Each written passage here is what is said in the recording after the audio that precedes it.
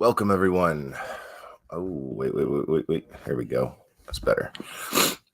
Okay.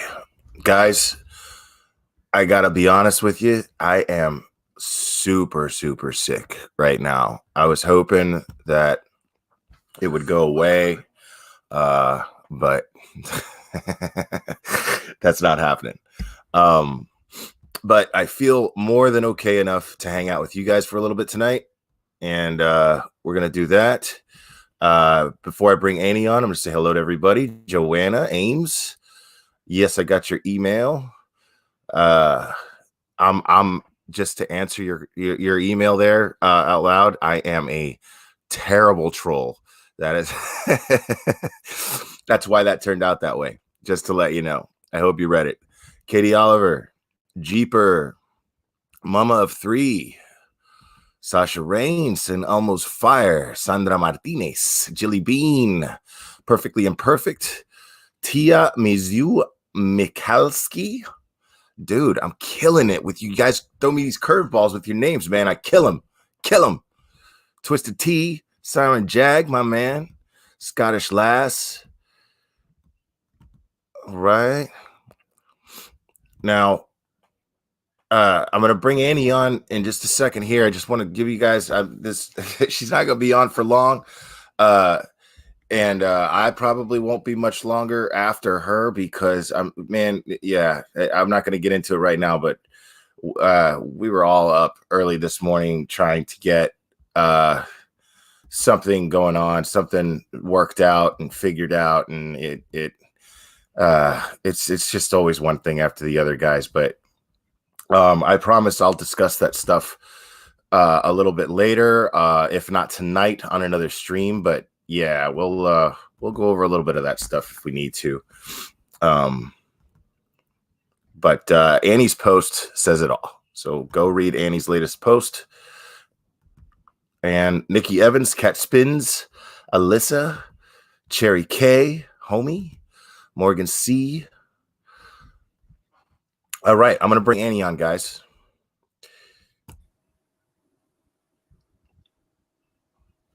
Oh, hello. Hey. Hello. Sorry, I was on my phone. Oh, God, I'm so tired. Oh, yeah, dude, I feel you. Like, I'm, like, tired, sick, and, like, both, like, metaphorically and, like, literally, physically. Like, yeah. I know. I told you I've been up since like 1:45, and that's why I'm no makeup and pajamas right now, because right after this I'm just gonna crash and just like sleep for hopefully like 4 days. Except dude, I got my Super Mario Brothers PJs on right now. My Super Mario Brothers, I'm rocking them, dude. Like, I'm not playing. I'm sick. I am sick, dude. Like, I'm ready to crawl under my blanket and stay there, and I still got to work tomorrow. Yeah, so I'm really hoping to beat this thing. I'm drinking hot tea right now. Oh, man. Hopefully you feel better soon. That sucks. Yeah. I mean, it is what it is. It happens from time to time. It just, it just always sucks when it does. So, what about that Nightstalker documentary, man, on Netflix? Like, I mean, it took me like 2 weeks or whatever to watch it because I only could watch it in the daylight. Shit was scary. Okay. So she's saying that. She's putting herself out there. I'm going to tell you, I remember I was texting with Annie, and like, you need to see this. This is like one of the best documentary series I've ever seen because it's only 4 episodes. It's short to the point. But this guy and I'm telling her, I'm like, this guy is the embodiment of evil. Like, he's horrible. And she's like, oh, I can't watch that at night. I was like, you're a true crime creator. You're probably, you are one of the best on YouTube, if not the best on YouTube. You're straight to the point. You cover the nastiest cases. And she's like, I can't watch that at night. Hard pass. Can't do it. I do all my researching like during the day anyway, or early morning. So it's like at night, we're texting. I'm like up for like an hour, and then I go to sleep at 9 o'clock, like an 80-year-old. So it's like, I can't be staying up late watching that kind of shit. I'm going to have nightmares. No way. Dude, you have a toddler, like, and he's walking now, right? Oh yeah. He's like not just walking, he's like He's running, running. he's crawling on things, he's climbing on things. Yeah. I remember I had this thing going on. Like me and my kid's mom, we split up very early in his life, but I would have him. I worked nights and I closed a pizza joint. So my shift didn't start till like 4 p.m. So she'd get off work at like 3. And in the morning she'd drop him off with me. So I'd stay with him all day, and then she'd pick him up, and then I'd go to work. So we just kind of, raised him when he was really small in shifts pretty much. And he, when he was about that age, and I remember he would get into everything. And I swear, like, it was a small apartment. So I was sitting in a chair, just watching TV, and we'd watch Elmo or whatever. But he'd be running all over the place. The only time he ever sat still was when Elmo was on, and he would run all over the place. And I wouldn't move because he was pretty well behaved. He was just, he was curious. He'd start to get into something, and I'd be like, hey, I don't want to say his name on here, but I said his name. I would say, hey, and then he'd look at me and give me this look like, all right, man, I'm gonna do it anyway. Well, no, he would test me to see, he would like reach his hand, like looking at me, like dead in the eyes, and then I'd be like, really, dude? This went on all day, right? But I never had to get up or physically really do anything other than make him food, change him, whatever. Yeah. But then, like, by the time she came to pick him up, I was beat. I was done. Like, I would be like, how am I? Because that last hour before she'd come pick him up, I'm like, it's nap time. I'd lay him on my chest, pass out. Aww. And then but I was so done just from sitting there and just watching him, and you know what I mean? Like, just, he was draining, just, getting into everything and just being that energetic little toddler, Totally. So I totally get it. I completely get it. You're like, that glass of balancing wine, a lot. That's what it is. It's just balancing a lot of shit. Right. Every day. Yeah. And I can imagine, because you've got 100 times more on your plate than I did at that time. What do you mean? I don't have anything on my plate. Not at all. No. Not at all. Oh man. So so all right. So we're both in our cozies. We're both feeling like trash. Let's talk about this Nightstalker guy, which I have to just tell you, before we jumped on, I like started thinking in my mind, I'm like, is the Nightstalker the one who had the small dick? And so I like Googled, I'm like, Nightstalker small dick, and it was the Golden State Killer. But I was like, for some reason I felt like he did, but maybe not. I don't know. I mean, I feel like they've all got insecurities about it to some degree. That's a very common theory, that these shit bags do that, and it's really funny how somehow, like, this one in particular, he got super glamorized by the press. I think between him and Ted Bundy, they got glamorized the most by the press, and they became like rock stars. And that always just shocked me. And actually, as a matter of fact, at some point I'm going to play about a 7-minute interview with him. And that's just a guilty pleasure for us to hate him that much more. But this, and he ended up getting married in prison, and he was married for a while to one of his like fans who like courted him for what, like 20 years or something crazy like that. I don't understand that. I mean, to each their own. You know what I'm saying? To each their own. But I don't get the kind of person that falls in love with someone while they're in prison and they have that type of relationship. And just, I just, it's something that I just can never begin to even relate to. No. But and it sucks too, because they definitely don't deserve it. They don't deserve to have someone love them. And, what about their victims? What about their families that they've cheated them? They've cheated people in their victims' families out of having this type of relationship with them ever again. And they get to, like, send nudes back and forth to each other in prison, and like via letter in the 80s. You know what I'm saying? Like, it's insane to me. It's wild. But you know what? I feel like there's a couple parts to it. There's these women who are like attracted to, like how you said, he's very glamorized. It's like the fame, all of this. Then like they see his jaw structure, like all of these things. Then like, not saying that he's an attractive man, because I don't think that, but like, so you have all these different layers, and then you have the one of like these women who are like, I just want to like understand him, and maybe I can save him, or maybe I could be the one to like break through, like, and find the good in him. Like, so I feel like it's almost like a challenge of sorts mixed in with like they're attracted to the fame of everything. It's very bizarre.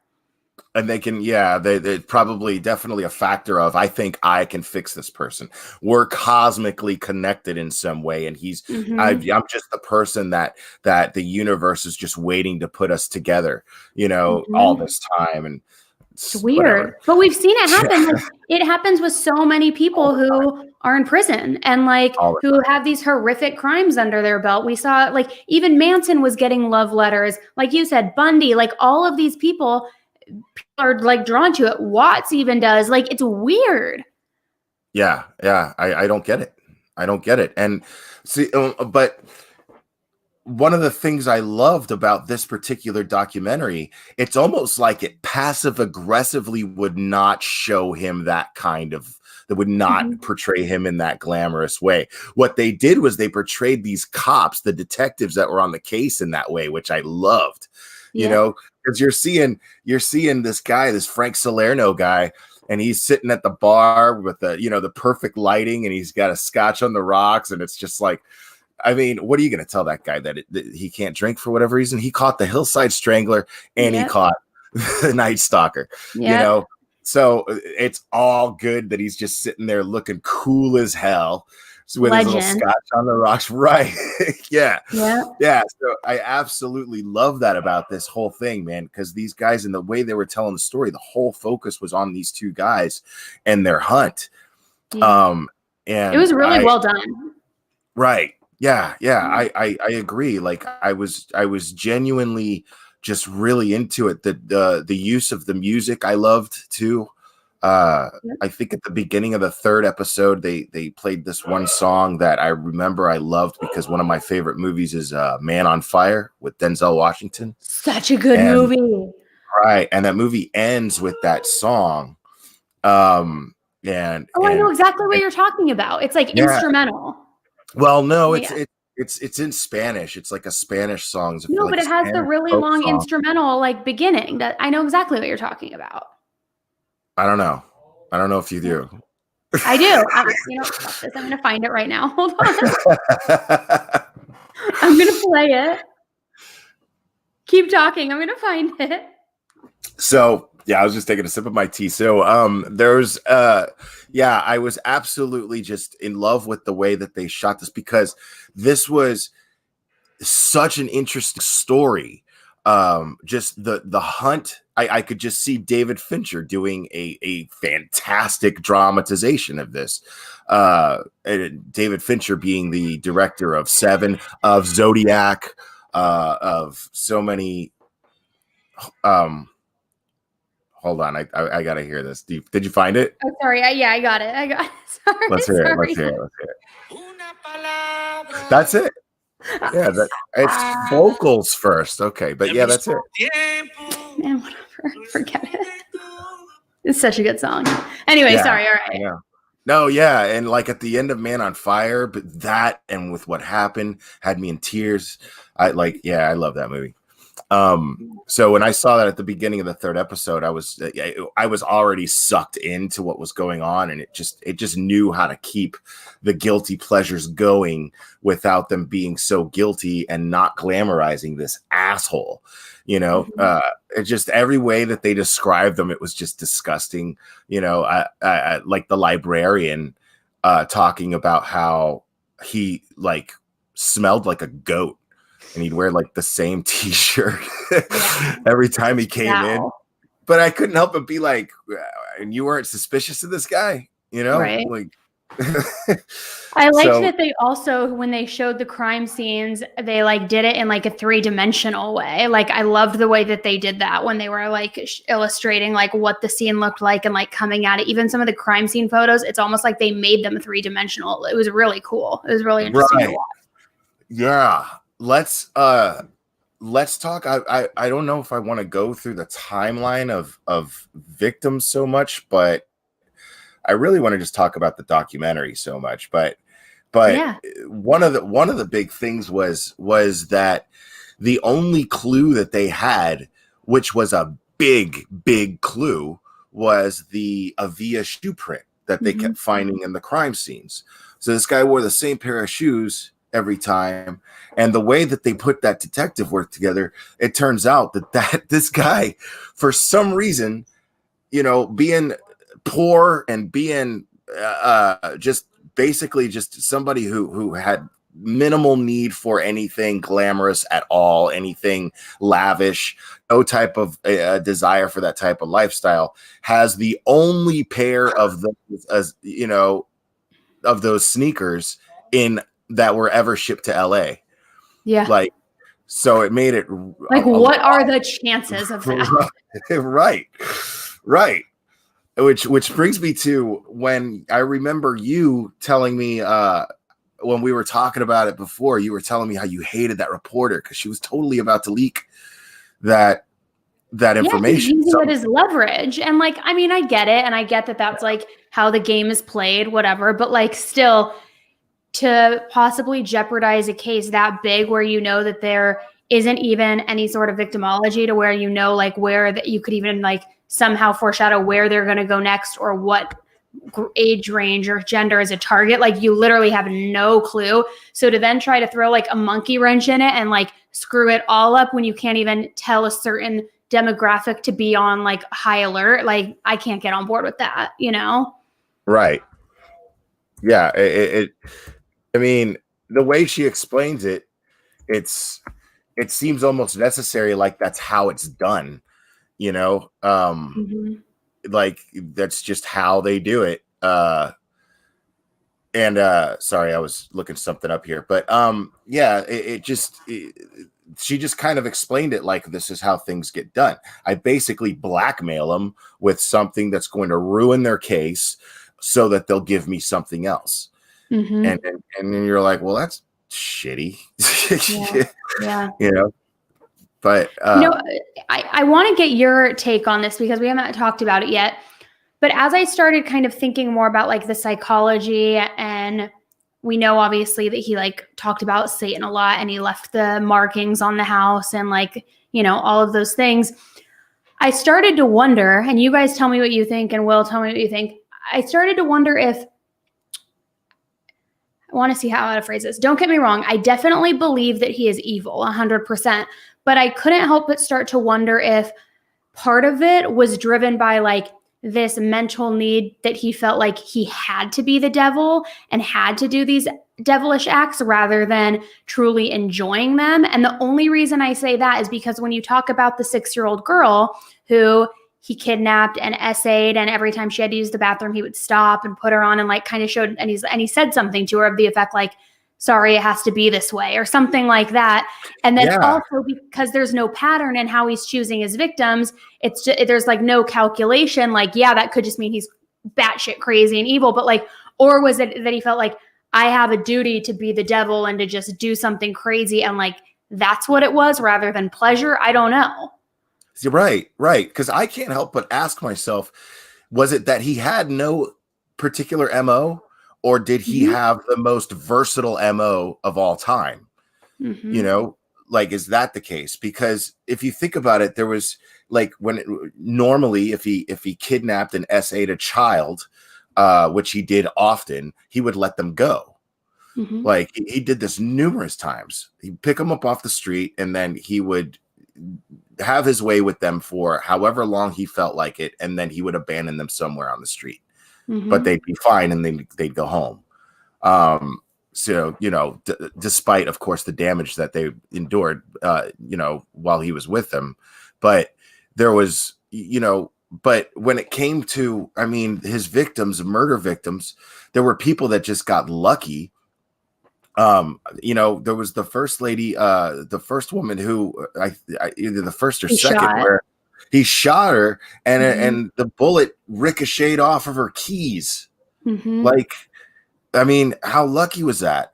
But you make a really interesting point, because he would essay these kids and then drop them off somewhere as almost like showing some sort of weird level of compassion. But then these other victims that he would destroy, he would literally gouge out their eyes and like do these horrific mutilating things to them, like whether they were elderly or just adults. And so it's like, why do you have compassion on like even a remote tiny shred for one side of the spectrum and the complete adverse on the other side? It's very interesting.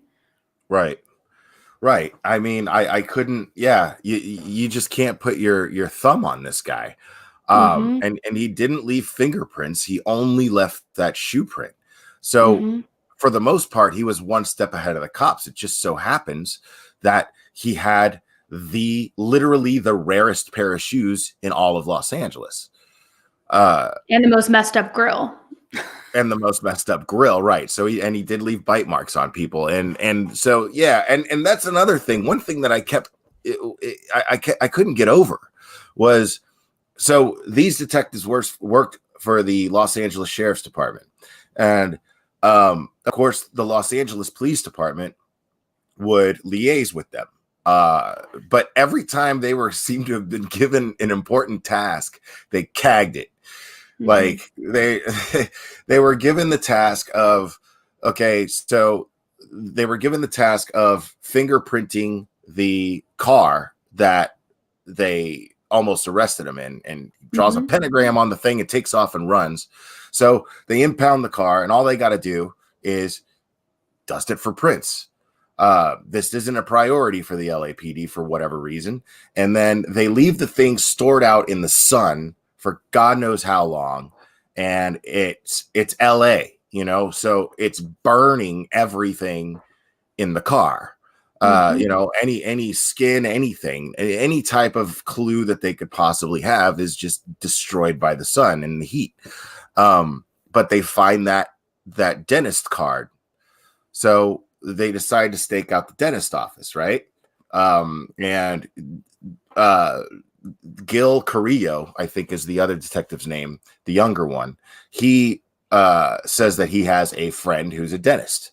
And he goes to the dentist and shows him the x-rays that they got from the dentist from the card that they obtained.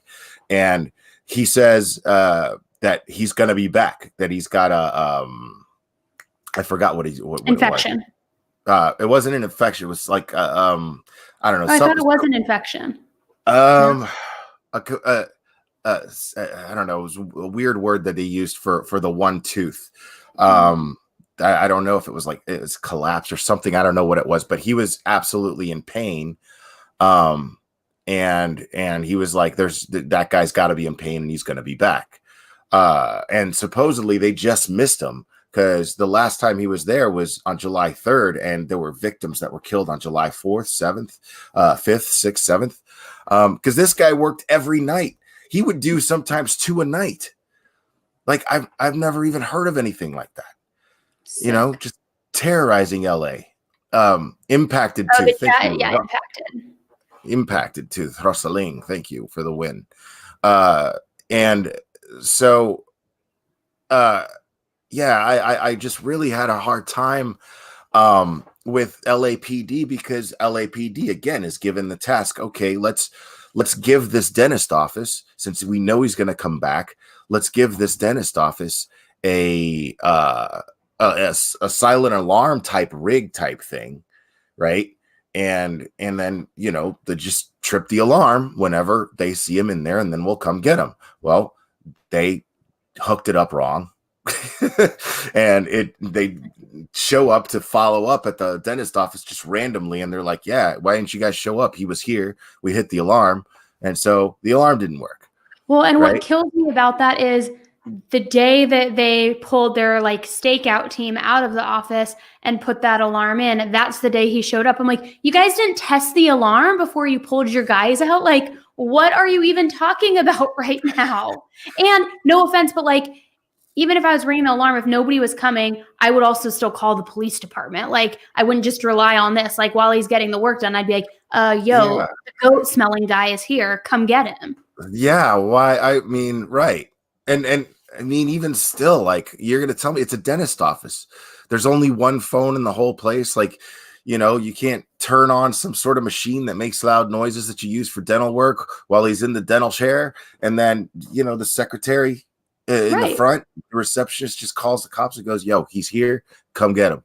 Like, it's so weird. It's so weird. That picture of him with his teeth will forever haunt me. It is literally like burned in my memory, and I can see it when I close my eyes, and it is so foul and disgusting. Yeah. He looks like a werewolf. Yeah. Wearing an AC/DC hat and everything. So, I'm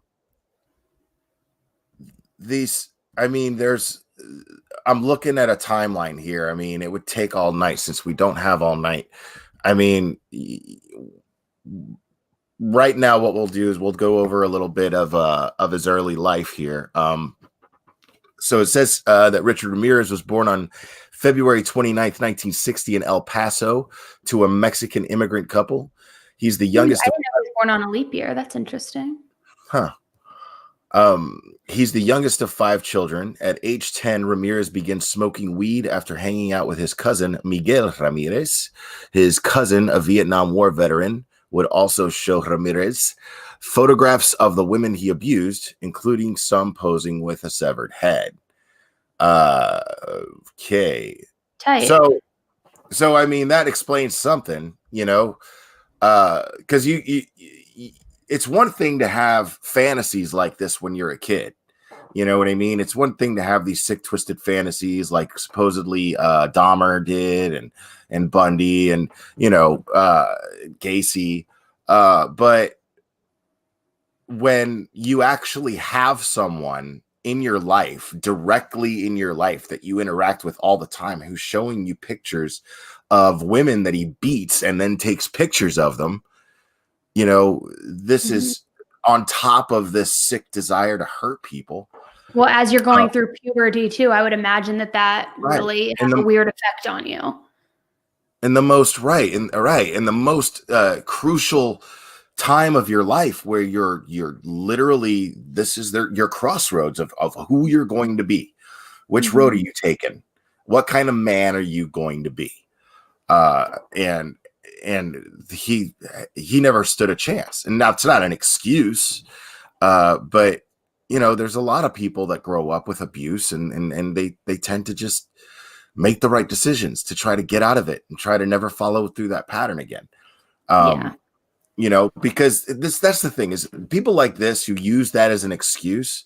There's something that people overlook when they go, oh my God, the poor thing, oh my God, poor thing.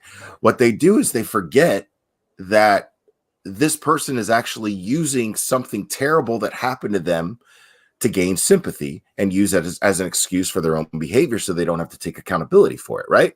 But when they do, what people aren't paying attention to is the fact that by doing so, they're acknowledging the fact that these are horrible things and they know they're wrong. They know that these things are wrong. So they have no business going in and engaging in these things. So you absolutely have that choice. That right there is evidence that at some point you had a choice to make. Yeah. So I don't want to hear when people make excuses for men like this who make these horrible decisions and destroy lives. It says here that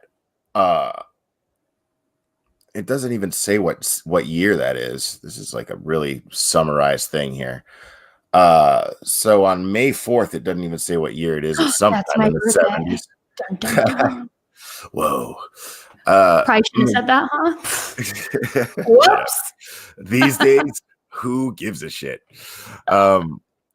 Miguel fatally shoots his wife. So this guy, the cousin, the Vietnam vet, he fatally shoots his wife.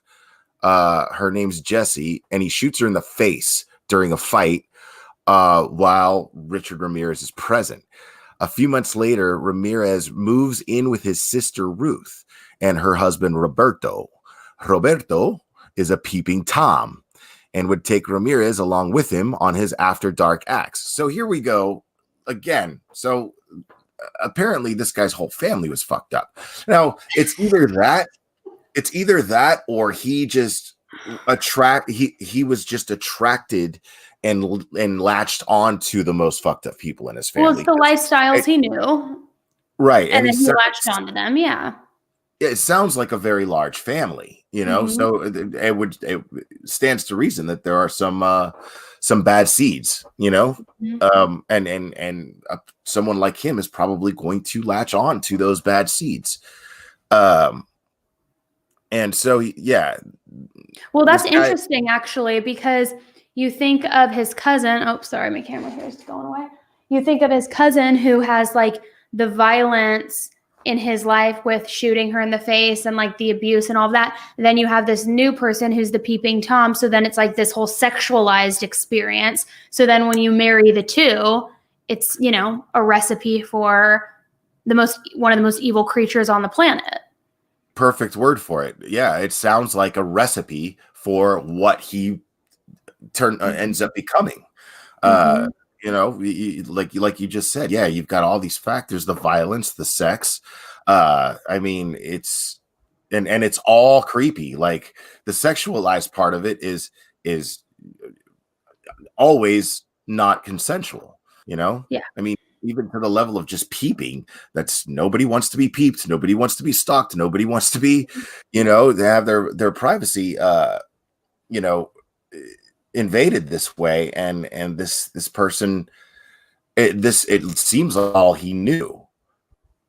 Now I have to be honest, I'm not super familiar with his like teenage, early 20s, whatever. Like I'm not familiar with those later years. Did he ever have a girlfriend? Did he ever have serious relation? Like, is there anything regarding that piece of his personal life? I didn't find anything of the sort. I didn't find anything of the sort. I mean, I would think, you know, this isn't like Bundy. Bundy just kind of like, I keep comparing him to Bundy, but it's only because of the fact that they were both so famous and they were both so brutal. But with Bundy, he didn't have I don't think as many victims. Well, I think he did, but it was a much wider span of time. So it wasn't like he was going out every night doing something. If this guy wasn't killing somebody, he was picking up a kid and assaulting the kid. Yeah. You know, yeah. So it was. But that's what I mean. Going back to what I said in the beginning, like about him feeling like maybe he had this duty to be the devil or like execute these things. It's almost like he had a mission to where every day he was doing things like he was checking boxes like, I have to do this, and not have any sort of like, you know, rest in between, or so to speak, to where it was like he had to execute these crazy ass duties. It was weird. Right. Yeah. Yeah. Now, I mean, but he seemed to still work on his own terms. It definitely had a vibe of I'm doing whatever the hell I want and nobody can stop me from doing it. It had that kind of, he didn't have like a vibe of I'm serving my master. The only indication you get of that is him leaving pentagrams at crime scenes and writing one on his hand in his first day of court and saying, "Hail Satan." Well, and though in some of his interviews, remember they play audio clips of it where he references Satan a lot in his interviews. Right. Yeah. Yeah. We're actually going to look at one of those in just a second. But he, your chat's on fire right now. They have a lot of facts about him. Cocaine habit. His father tied him to a tombstone in the cemetery or something when he was 12, left him there all night. God. Yeah. I actually skipped that. Could this get worse? I don't think so. I mean, so this Miguel dude is released from the Texas State Hospital. So when he shot his wife in the face, he was found insane, and then they let him out of the hospital, even though he took pictures of beating his wife. And I mean, he terrorized this woman until her death, until he murdered her, and what seems to be in cold blood. And then they let him out. And this is all still in Arizona. Now there's one thing here. It says on April 10th, 1984, his first known murder happens. 9-year-old Mei Lung, a Chinese American girl, is murdered and he did this a lot. He seemed to focus a lot on Asian Americans. I noticed a few of his victims were Asian American. It says she's murdered in the basement of a San Francisco hotel where he was living. She's raped and stabbed to death before he hangs her body from a pipe. It is not initially identified as being part of his crime spree, but however, in 2009, his DNA is matched to a sample obtained at the crime scene. In 2016, officials disclosed a second suspect was likely present due to DNA evidence, but they are not publicly identified due to the lack of evidence. So I guess they just feel like, now we can't just throw somebody's name out there. So that was his tied to this guy. So that was probably what then his first murder, and maybe it was a tag team situation. He had a partner and then he went solo in 85 because he got the confidence. Right. Yeah. So yeah, it just blows my mind how this dude, and I could go over all of his, I could go over all of this stuff, but we're not going to do that. I will talk about the clues that they had. They had the shoe. I already kind of forgot how, the shoe that got burnt. The shoe got ruined for them, but he switched weapons from a 22, a gun that he would carry. I think it was a 22, which is why, he would shoot people and they'd survive. It's not a very powerful weapon. And then at some point he switched to a 25 that had a red primer. And this was, this was ammunition that for some reason wasn't found anymore. So like the Asics shoe, this red primer on this bullet, this made this ammunition completely and totally rare. So they were able to connect that to every one of those other victims. Jeez. So it's like, as much as law enforcement got unlucky, they got lucky with the clues that they got at the same time. It's very, very strange how that worked out. And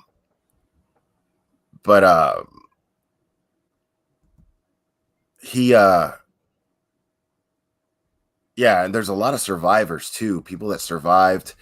And he was brutal.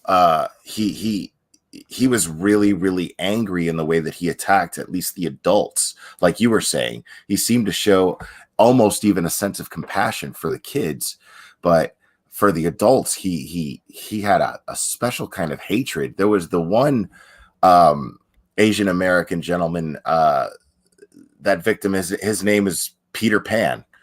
And I remember the detective talking about how he went into the fridge and ate food and masturbated on the floor. And just did, after completely and totally destroying this person, he just stuck around just as a big FU, You know what though, now that I'm thinking about it, so two things. Yes, it's like he has these horrific methods. Like there was that one, and I forget which victim it was, where he cuts their neck, but then also stabs inside the incision, all the way down, which is what's the overkill for? But I'm wondering, maybe it wasn't, and compassion's not the right word, but whatever that was, as for why he would essay them and then let them go, maybe it has nothing to do with any sort of compassion or remorse or whatever that word is.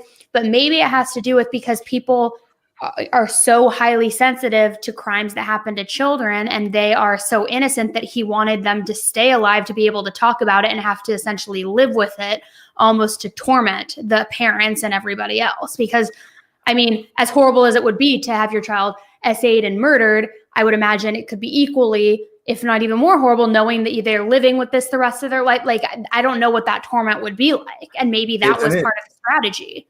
Isn't that fascinating how how people like you and me still give a guy like this the benefit of the doubt, because here we are. I had never thought of that. Here we are, and we're sitting here thinking, well, maybe he's being compassionate to these kids, well, at least there's that. But there's another side of that coin. Like you just said, it could be very well be that it's just a way to torment them that much more, to scar them forever. Incredible. It's fascinating that we would still just naturally give this person the benefit of the doubt without thinking of that immediately. Crazy. Yeah, I love how he got caught. Is easily my favorite thing. I love how he got caught because it was the people that caught him. They finally identify him, and they put his picture out in the paper, and the city is just so sick of this guy running around, and they're sick of living in fear that they spot him getting on a bus, and then that guy gets off the bus and reports him. And then he realizes that he's being followed. He realizes that he's being caught, or being pursued, and he tries to carjack a woman. But there's already a mob of people after this guy, and they basically just whoop his ass, which I would only imagine is LA style ass whooping. I've never gotten one, but I've heard stories of an old school LA style ass whooping, and then they pin him down and hold him there till the cops get him. And I actually, I have some footage of that. Well, have some footage. Oh, hell yeah. Hold on a second.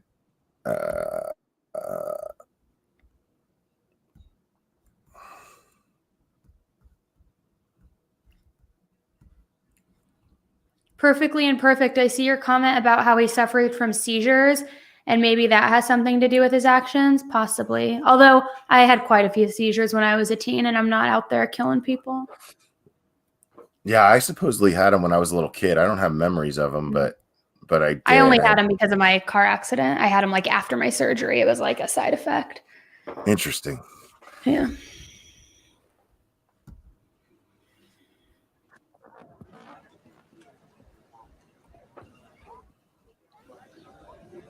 So yeah, I guess this is after he got caught. Are you able to turn the volume up at all? I think that's as loud as it goes.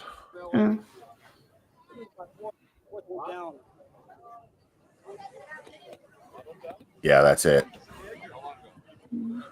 I love that bandage on his head. It's like a typical LA facelift kind of bandage, like the full like suction kind of situation. Yeah, he got it looks like he just got a facelift. Yeah. he got a lot of women in Orange County walking around like that.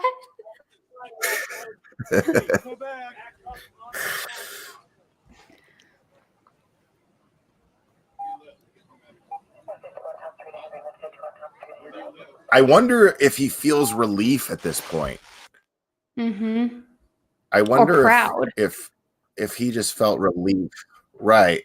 Yeah, I think that he probably had some sort of sense of pride about him, because in this interview here, you could just tell he's acting like he's a rock star who just cut an album and he's being interviewed by Rolling Stone. It's ridiculous. It's just asinine. Hopefully the volume's better on this one.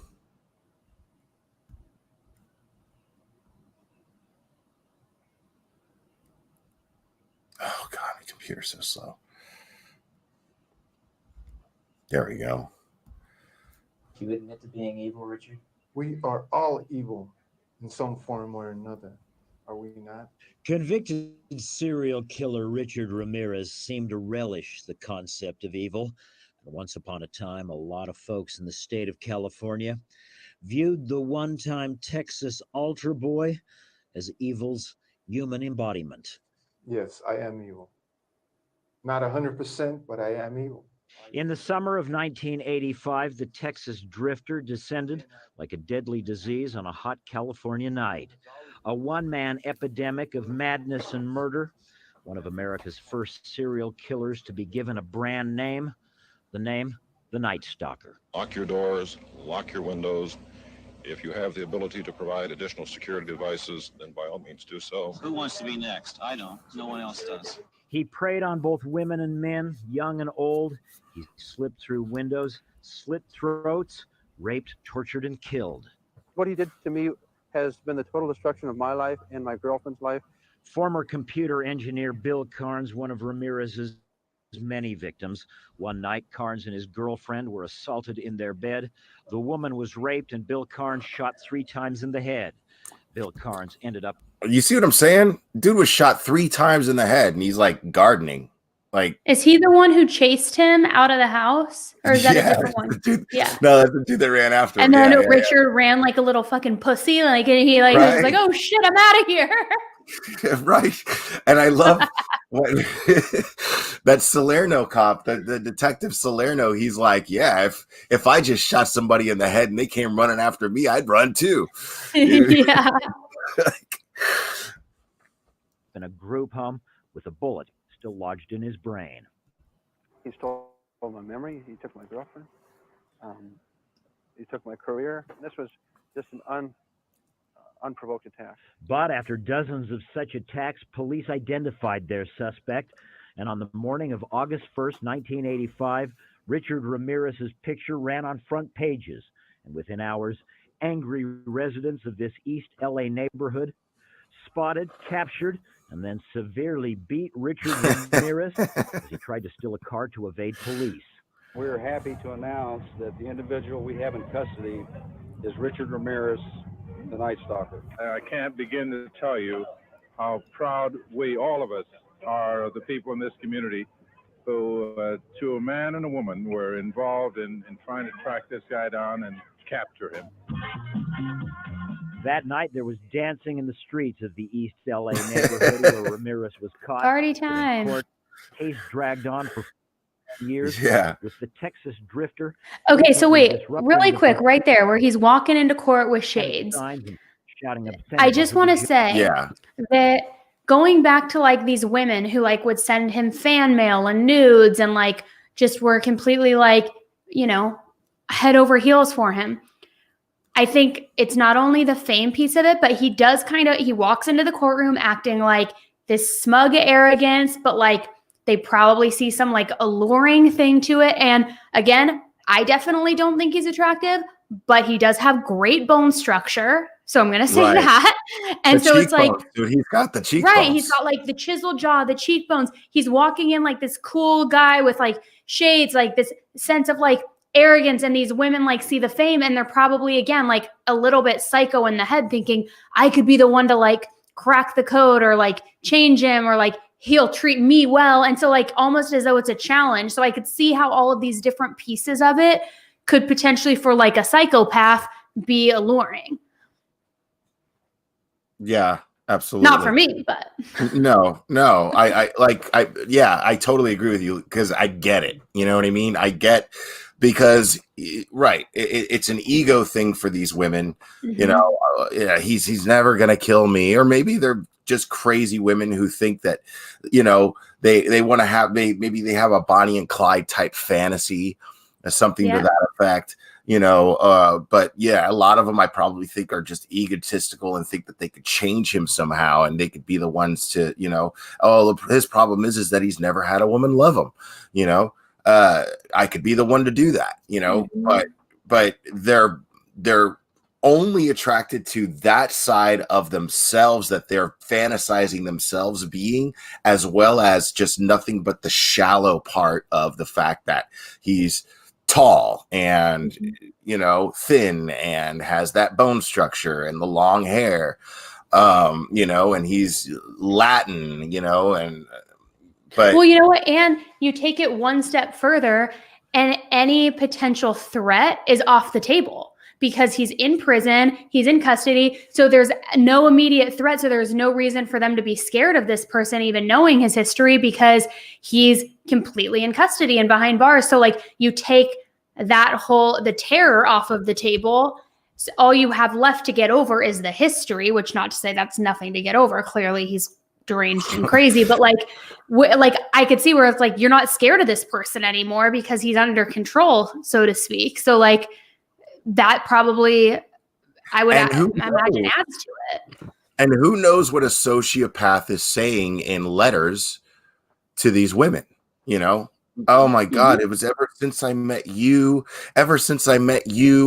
I'm seeing things about myself that I never knew existed. Thank you for waking up that good person in me. I never knew that I had it, and it's only because of you, blah, blah, blah. Can you send me a picture of your tits? You know? Yeah. So who knows, man? Who knows? Yeah. This dude is off the hook, man. I don't understand it. This trial is a joke. With the jury in the above entitled action. And he knows. See, he gets to milk that too. He knows.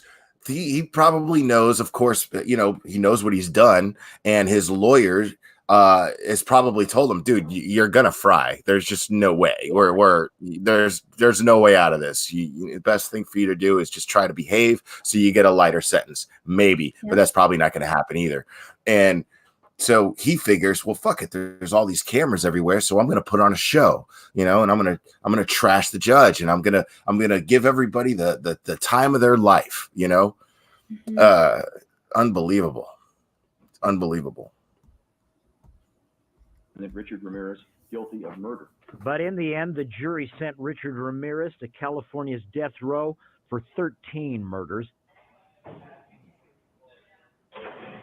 I first met Richard Ramirez shortly after his LA conviction. Richard had been transferred to a jail in San Francisco where he was charged with and ultimately would be found guilty of a 14th murder. Just like nothing behind the eyes. Nothing at all. Nothing, just black. Yeah, and you hear that a lot, don't you? Excuse me. You hear that a lot. Every time you hear a surviving victim describe their encounter. I've heard it talked about Gacy. I've heard it talked about Bundy, and we're seeing it with him. You know, there's just pure black behind his eyes. But well, even Watts. Right. In Watts' interview, he's just like, there's nothing of substance there. Nothing. Right. Yeah, it's crazy to me. Because I think those are the only two that I've actually ever seen that. I didn't see that in Bundy. I didn't see that in the pictures of John Wayne Gacy. But people would say that they, you know, all of a sudden his eyes just went black. So that seems to be a very common thing to happen with these. I don't know if it's a sociopath thing. I don't know if it's a supernatural thing. But we're seeing it. This guy, his eyes are always black. Oh, he's always in evil mode. Yeah. It's crazy. Has been fed many lies about me. I have read very few truths. Who are you?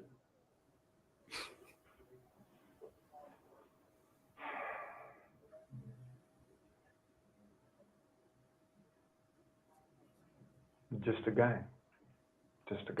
At the time, Ramirez was certainly a guy attracting. Am I crazy, or is he just not charismatic at all? He just doesn't in pictures, care. He looks like he could be. Right. In pictures, he looks like he could be, but then when given an opportunity, he's like the polar opposite of Edmund Kemper.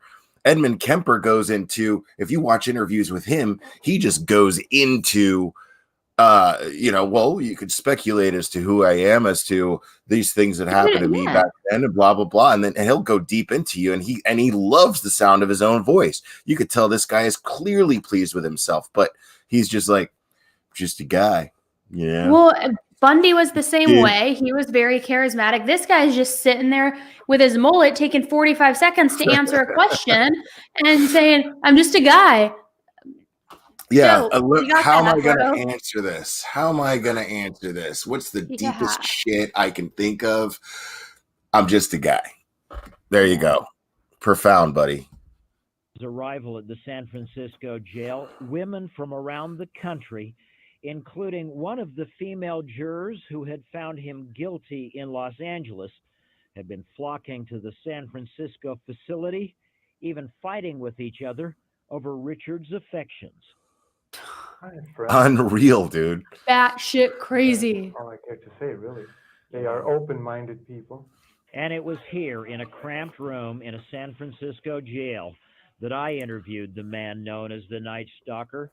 A memorable face-off with me asking questions and Ramirez, for the most part, reading from a script. Did you kill 13 people? It would be improper for me to comment on my LA convictions and on my pending case here in San Francisco. Why? Because of my appeals. Are you appealing these because you say you're innocent? You didn't kill 13 people? That is correct. You didn't kill 13 people. He's so smug. I know. In any regard to that question. You have now entered a very rare group of people in this country. You're in the ranks of Charlie Manson, Ted Bundy. You claim you didn't commit these murders, but you're Look how happy he is with that. He just smirked huge when he said that. And he had to adjust himself. He's just like, he's the excitement over his body, like he just, it's like they just told him that he was about to win an award. Yeah, you know? He hit the majors. Yep. Yeah, and he's just like, all right. Wow, man. Unreal. JoJo, imagine him on YouTube. He'd be a troll. Do what? One of your comments, JoJo says, imagine him on YouTube. He'd be a troll. He'd be the trolliest of trolls. Right. Totally. And not even a creative one. Not even a good one. No. They are a product of the times, and these are bloodthirsty times. Even psychopaths have emotions if you dig deep enough. But then again, maybe they don't. Do you have emotions, Richard? No comment. Tell me what kind of emotions you got going through you right now. I'll tell you what, I gave up on love and happiness a long time ago. Why? I don't care to explain that. Let the quote stand for itself. People in this day and age are brainwashed and programmed like a computer at being nothing more than puppets. You see the way that he words things, he says them like he already imagines them being put in an article or a book. Yeah. You know, he's already fantasizing about that. You know, let the quote stand for itself. Let you know, I'm not going to get into that. He's so smug and just no remorse. He's already imagining the reader reading about him. Yeah. That's crazy. This country is founded in violence. Violent delights tend to have violent ends. Madness is something rare in individuals, but in groups, people, and ages, it is a rule. Killing is killing, whether done for duty, profit, or fun. Men murdered themselves into this democracy. You're good at reading your script, Richard. Not much in answering my direct question. A lot was made that you're a devil worshiper. Do you worship the devil? Have you ever studied Satanism? There are different sects of Satanism. Have you studied, just yes or no? Have you studied Satanism? Yes, I have. Are you only somebody who studies Satan knows there's different sets of Satanism or whatever he said? Like, give me a break. Yeah. Like it was a real simple question and he had to complicate it. It's like, dude, you're either a Christian or you worship the devil or you're agnostic or atheist. Like, which one is it? Just answer the simplest fucking question. And he's like, oh, there's different. I hate him. I hate his face. I hate everything about him. I hate everything about him. Do you have a moment to talk about Satanism? It's like, well, there's your profound answer. But like before, when he's all, what kind of guy are you? It takes you 30 minutes to come up with, I'm just a guy. Just a guy. But to ask me about Satan, and I'll tell you an encyclopedia version of everything I know. Yeah. You want to know the history of it? You want to know the Krishna version, the Buddhist version? Which one do you want to know? I can tell you a little bit about Satanism. Well, I'm interested in hearing what you got to say then. It is undefiled wisdom instead of hypocritical self-deceit. It is power without charity. A Satanist admits to being evil. You admit to being evil, Richard? We are all evil in some form or another, are we not? I'm asking you the question, my friend. Look at his smirk. I know. He's like so pleased with himself. 100%, but I am evil. And how does this guy, dude? I mean, I'm gonna give this waspy, guy who's probably got a tennis appointment after the interview or whatever. I'm gonna give him a little credit with his little Christian Bale from American Psycho hairdo and suit. I'm gonna give him credit for sitting across with this guy, and he's got no restraints on in that tiny little room. Like, what are you gonna do? Because I imagine you've got lighting, you've got a huge fat camera because it's the 80s. You know what I mean? The camera's probably, tripod, and this little cramped room. There's nowhere for this guy to go, and he could easily at least hurt him real bad, bite his face off, like jump on him. Right? He could totally do that, and this guy's just like, he's like, you're not giving me any answers. Are you a Satanist? Like, that's the whitest guy I've ever seen. Existed. Perfect world most people seek shall never come to pass, and it's going to get worse. The great epochs of our lives is when we gain the courage to rebaptize our evil qualities as being our best qualities. And as the interview draws to a close, I cannot help but recall Bill Carnes and the thought that behind this glib young man, who seems to flatter himself as a kind of rock star outlaw, lies the bodies of at least 13 innocent people and the shattered lives of dozens more. You're entitled to your opinion, and that's it. Thank you.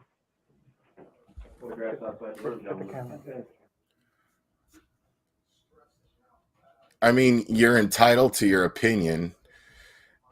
No, my man, it's not a matter of opinion that you killed 13 innocent people and attacked God knows how many more.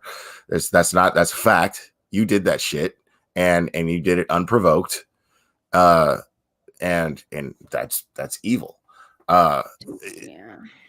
You got, I mean, when it comes to it, it's just really crazy because when he was talking about Satan and Satan admitting that he's evil or whatever, when I was younger, I read the Satanic Bible out of curiosity, written by Anton LaVey, and it's fascinating how because you ask any like devout Christian, they'll say, well, Satan is the master of confusion and the master of deceit, tempting, always with the tempting fruit, right?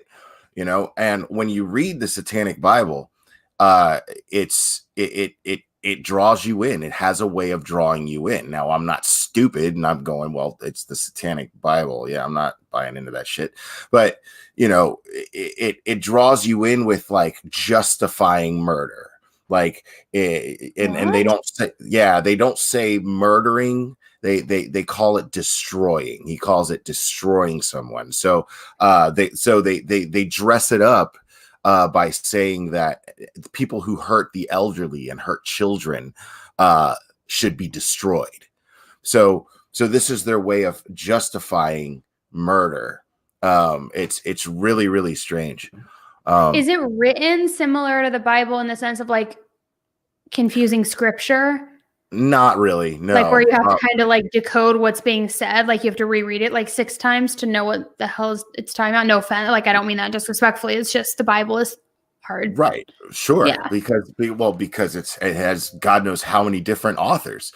Right. You know, so but this is just Anton LaVey, first of all. And this book was written in like, I don't know, the 60s, sometime in the early 60s, I think.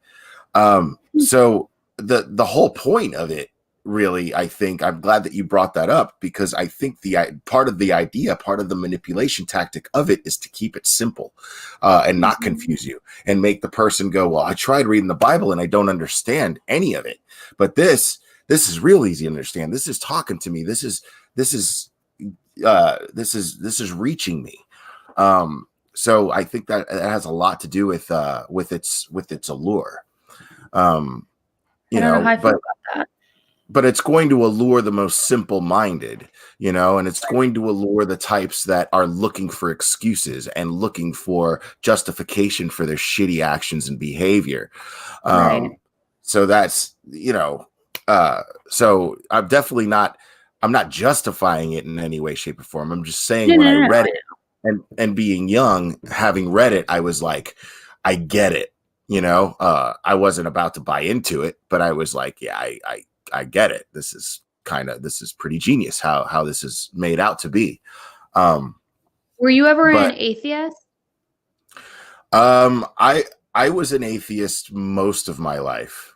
I went through a phase of being a born again Christian as a teenager. I think we all go through that phase, don't we? Right. But as I got older, I became a lot more open to Christianity, but I'm also open to a lot of different faiths. My whole thing, that's why I don't look at Christianity and be like, oh, save your holy roller stuff, blah, blah, blah. No, I think it's a beautiful thing. As long as you actually apply it and you use it as a guideline to make things, to make life better for yourself and those within your environment. Sure. But the thing is you got to think it's something that started at in a certain end of the world, and other parts of the world. There were other faiths. Now, all these other faiths, for the most part, they're just based on culture of that particular geographical area. Mm-hmm. So, but they all teach basically the same thing.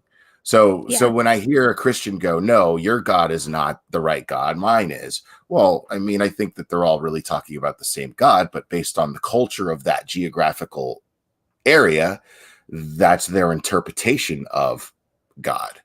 So I do believe in one God. I just don't believe in one particular method of faith. But I don't. You can draw on different things as like the foundation and fundamentals just to be a good person.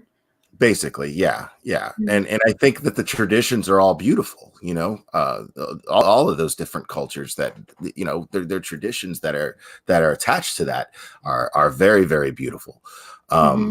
So I never look at somebody like, oh God, you're just you're a fanatic about what you believe in, blah, blah, blah. No, I mean, you're practicing these traditions and they're important to you and they help you make your life better and the people around you better. Good. That's awesome. Yeah. I love that. Save Robbie, man. Save Robbie's Christian, but he cusses like a sailor and he's a gay Trump supporter. I mean, figure that out. But please, with God, don't get into politics right now, for the love of God. No. I'm not doing that. But I love the guy. You know, like, it's weird. Like, when you describe it to a lot of people, it doesn't make sense. But to me, for some reason, makes perfect sense. Cool. Good for you, Robbie. And I actually love talking to him about it. But a guy like this, you know, when we're watching that interview, we're seeing somebody, he's totally full of himself. He's totally arrogant. He's completely and totally in love with the idea of being looked at as some sort of mark on history. But in doing so, he's hiding, and he's kind of doing a pretty good job at it. He's basically just hiding that he's just making excuses, and he's avoiding accountability for anything that he's done. and he'll sit there and say, if you call him on it, he'll say, of course I'm taking accountability. I'm saying I'm evil, aren't I? I'm saying I'm evil. But at the same time, he that whole time he's basically sitting there just making excuses, talking about and also he takes accountability, but in a roundabout way, because he says everybody has evil, and like he's not outright saying that he is like the core of this, like these evil actions, and that he has so much hate and all of the, like he's skirting around it. Well, what he's doing, he's also gaslighting everyone else, because he's basically saying, I'm evil. We're all evil, but I have the guts to admit that I'm evil. I have the guts to be evil, and you don't, so which one of us is really evil? That's that bullshit, yeah. And I see right through that. I'm not buying into it, man. I know exactly what you're doing. And at the end of the day, he's just as much of a coward as any other serial killer in history. It's unfortunate that they didn't get to kill him in prison and that he died of cancer. Right. That sucks. Yeah. He should have been absolutely executed, or someone in prison should have shanked him like they did Dahmer. I don't they should have given him the Opie treatment from Sons of Anarchy. I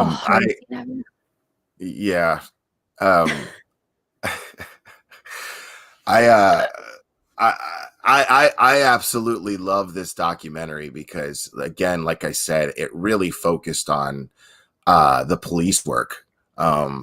And it focused on the people and the victims, and it gave the victims a voice. And they only spent a very small amount of time on him getting the kind of coverage that he was getting in the media. They didn't focus on that a lot. They just focused on what was necessary and showing the pictures of the women that were sending him pictures and everything like that. But I mean, even still, that's got to be torture, like what good is that in prison? Well, they did a good thing of like, they didn't glamorize him in the documentary, but they did like lightly touch on the fact that there was a situation like that. And that's why these women were flocking to him. But like, I don't feel like they gave him that attention to make, like, if he were still around, to where he would like have his ego stroked even more, like they were kind of going in on him. Yeah, they absolutely did. And just, it was, I absolutely love that. I'm going to run an idea by everybody here in chat, because I know you got to go soon, but while I have you up here, and I'm sorry, I keep yawning. I'm like, oh, you're good, fading. Dude. It's good. Yeah. I mean, I'm 3 hours ahead of you, but it's I know still, it's 9:15 here. It's midnight. But I've been up for it'll be 24 hours at 1:00. So. Wow. Yeah. You definitely got to go to bed. But before you go, I ran an idea by you, so I think I'm gonna announce it. I think what I'm gonna do, because people have been asking me if I'm ever gonna start a Patreon. And my whole issue with that was like, well, what am I gonna do if I have a Patreon? I mean, I just sit up here and talk and do whatever. But if you guys enjoyed this, I'm thinking about doing something regularly, possibly, and just revisiting old crime cases, old serial killer cases, old missing persons cases, and just kind of like a retro crime type thing. So if you guys let me know if that's something you're into. And yeah, I'll probably start a Patreon and do that. But Annie, I had a great time. Me too. Thanks for having me. It's my pleasure always. I'm sorry that you have. I mean, I know what you've been going through for the most part. It's been a lot. Yeah. It's been a lot of the last few weeks. Yeah. But I won't get into that. I won't. But yeah. Just before we came on, you shared some what looks like potentially good news, which I think is going to be pretty awesome, and at least in some way, shape, or form. and well deserved. Thank you. And earlier today, there's a particular problem that you and I share that looks like it's in the works of being at least dealt with in some certain way. So I won't get into that, but I'll sit back and enjoy that happening.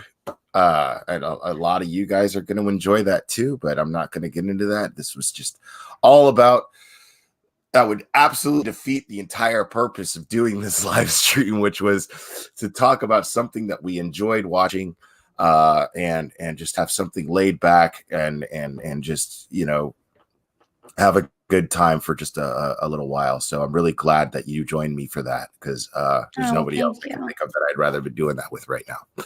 Oh, thanks. I had fun. Thanks for having me. It's always nice to just talk through stuff. Even though we don't agree on a lot of cases, it's nice when we do.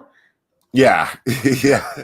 I mean, this is one of those cases where if you're somehow sympathizing with this guy, right, I can't even talk to you.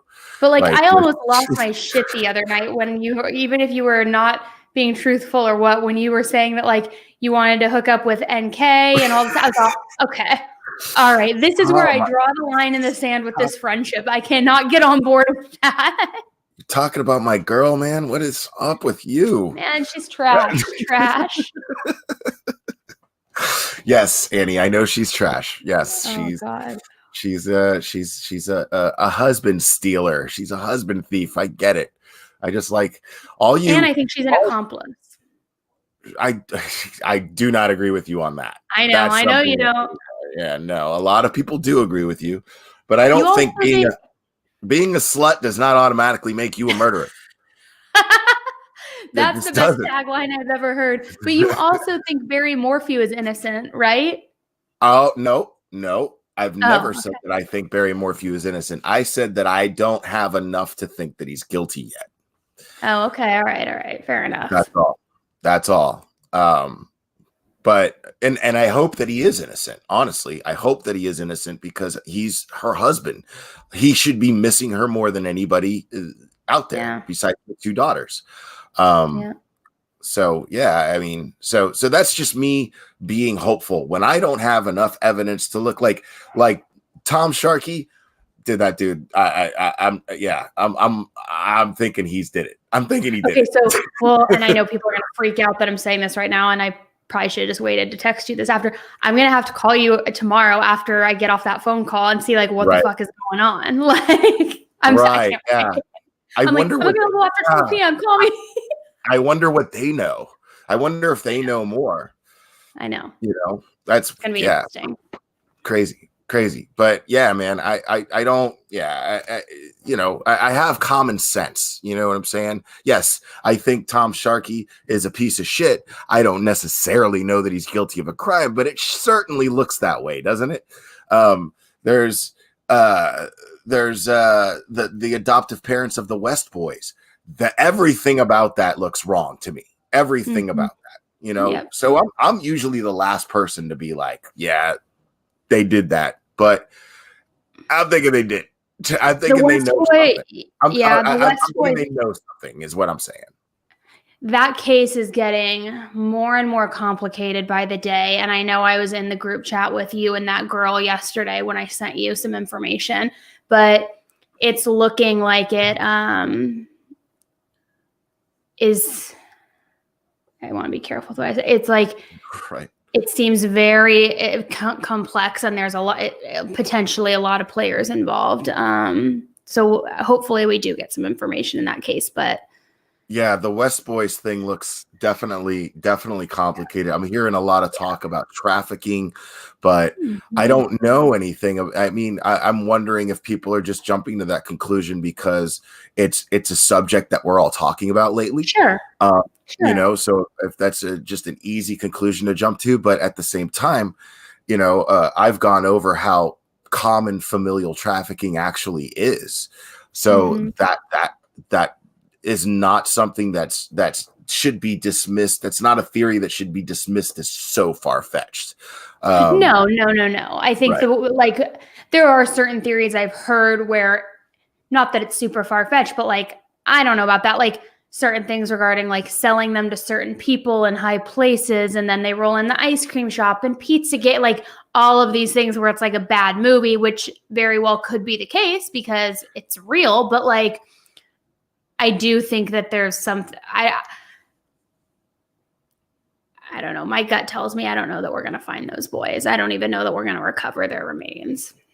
Right. I'm with you I'm on hopeful that. we do, but it's, I don't know. You know, we're watching, and I realize they're different cases, different types of cases in very different times. But, you know, I'm watching this documentary on Richard Ramirez, the Nightstalker, and at one point, Gil Carrillo, one of the detectives on the case, says that they had over 200 bodies, meaning officers working on the case. Mm-hmm. And yesterday, and I think I saw you in there too. Duty Ron was playing a stream from the chief of police of California City, and he was saying that they had 13 people on the job on that case. Mm-hmm. You know, and that I found unsettling. You know, and I don't want to say that they're not doing the best they can. I just wish there was more people on it, as high profile as it is. It's one of those things that just really makes me uncomfortable knowing that there's only 13 people putting their heads together trying to find these boys. And I don't know if that includes the FBI, because I know that the FBI is involved, but the FBI is involved and they did the initial search at the house, but because the police force is so small, that's why the community is really pulled together and why there's so many outsiders and boots on the ground trying to search, because not only are they so short of manpower with that department, but and again, I don't want to say anything for a fact, but with certain things that have recently been questioned and uncovered, it appears that there are more people involved besides possibly just the adopted parents. And, you know, it's becoming very risky. And I've had some YouTubers reach out to me because I've been talking with a lot of these creators who are, I've talked to AV, Duty Ron, or Jasmine, all of them. And there's certain creators who are beginning to get threats and be followed and some really scary stuff. I mean, yeah, that's never okay. It's never okay to harass people involved in these cases, because it's not okay to do that because it's just a plain shitty thing to do. But B, it can also obstruct their investigation, and it could obstruct getting justice for these boys or finding these boys, I should say. So, this is, we got to act accordingly, people, and let law enforcement do their jobs. If there's only 13 officers in the Cal City Police Department, but the FBI's on it, well, wouldn't that tell you to act more, to conduct yourself in a more civilized manner, to allow them to do their jobs a lot easier, to somehow be helpful yourself without, involving yourself to a point to where you're obstructing anything? I don't know. I don't think it's civilian. It's not, sorry. Maybe I wasn't clear. It's not civilians that are, I mean, yes, it is civilians who are doing this, but not people. I want to be careful what I say. It is civilians who are doing this, but the thought is that it's potentially the civilians who are also looped into something bigger. Okay. Because they don't want these people stumbling across certain information. So they're trying to get them to back off. Understood. Makes sense. Yeah. And it blows my mind when people act like these things are not a thing, that they act like these are some sort of, that's fairy tale stuff. No, man. It's real. This is, if there's money involved, people are going to protect their money, and they're going to hurt and kill people in order to do it, depending on what they've put their money into. So, you've got to understand that. People don't understand that. But Annie, thanks a lot for coming on. You're welcome. Real quick, I just want to say while you're on here, I'm seeing comments about the GoFundMe. All you got to do, everyone is getting their money back. Everybody who donated is getting their money back. If you want an explanation at this time, the only explanation that we're willing to give is the posts that were put up. I think they say everything quite clear for the time being. Right now, again, this live stream isn't about that, but I assure you that if you donated to the GoFundMe, you will be getting that money back. I think it's what was it? 5 to 7 business days or something like that. 3 to 7 days, but you should have already received the email today that the refund was being processed. But basically it takes 3 to 7 days because it has to take it out of the GoFundMe account and then process it to your bank account. But you should have received an email today. So you don't have to do anything on your end. You don't have to go to the site, process it. You should automatically be getting that. If for any reason you don't receive an email by tomorrow, reach out to me, whether it's on Instagram, Facebook, email, whatever it is. But I would, because I started it, I was CC'd on all the notifications that went out today, and I got like 150 or 200 emails showing for everybody that it was processed. So I don't think there would be any lapse, but just in case it went to your spam folder or something like that, just double check. But yes, everybody is being refunded, and the donation feature has been turned off. And then once everything's cleared out, I'm going to be pulling down the page entirely. Okay. And again, without getting completely into it, we don't need to do that. I want to reassure everyone that just because you're getting your money back, it does not mean that you did not take part in something absolutely amazing. Everyone got into this because they wanted to help someone. Everyone got into this because they wanted to do their part as part of a community. And every word that I said that night and every night since about that night, I stand by 150%. I'm proud to be part of that. I'm proud to have that happen on this channel. I'm proud to have been part of seeing everyone do something so beautiful and so amazing because they just simply wanted to help someone. That fact has not changed. No, it's not going to change. So it doesn't matter that you're getting your money back. Just know that you're getting your money back for the right reasons, and you took part in something that was wonderful. And I personally would do it all over again under the right circumstances. So, So Amen. Thank you very much, Annie. No problem. Have a good rest of your night. Thanks, guys. See you soon.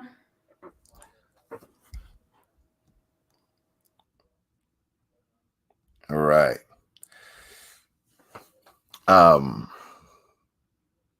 Yeah, it's in my community post. I posted Annie's post to that, and I wrote my own community post, basically saying what I'm saying now. But I thought it might be nicer to actually hear me say it. Yeah. So everyone, you all did amazing, man. So you should still absolutely 100% be proud of yourselves.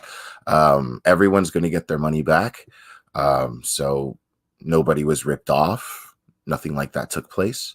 Everybody took part in something beautiful. You absolutely did. That hasn't changed.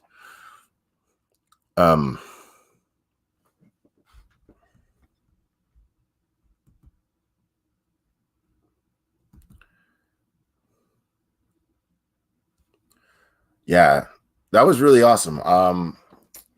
That was really awesome because I did not expect to get into some of these other cases that Annie's been covering. So that was really nice to get to talk with her about that stuff with you guys here. But guys, I'm definitely going to call it. I'm sick as a dog, so I'm going to get under my covers. I'm going to find a movie to watch, get cozy. I love you guys very, very, very, very much. I had a blast. And guys, we will do this again very soon, my friends.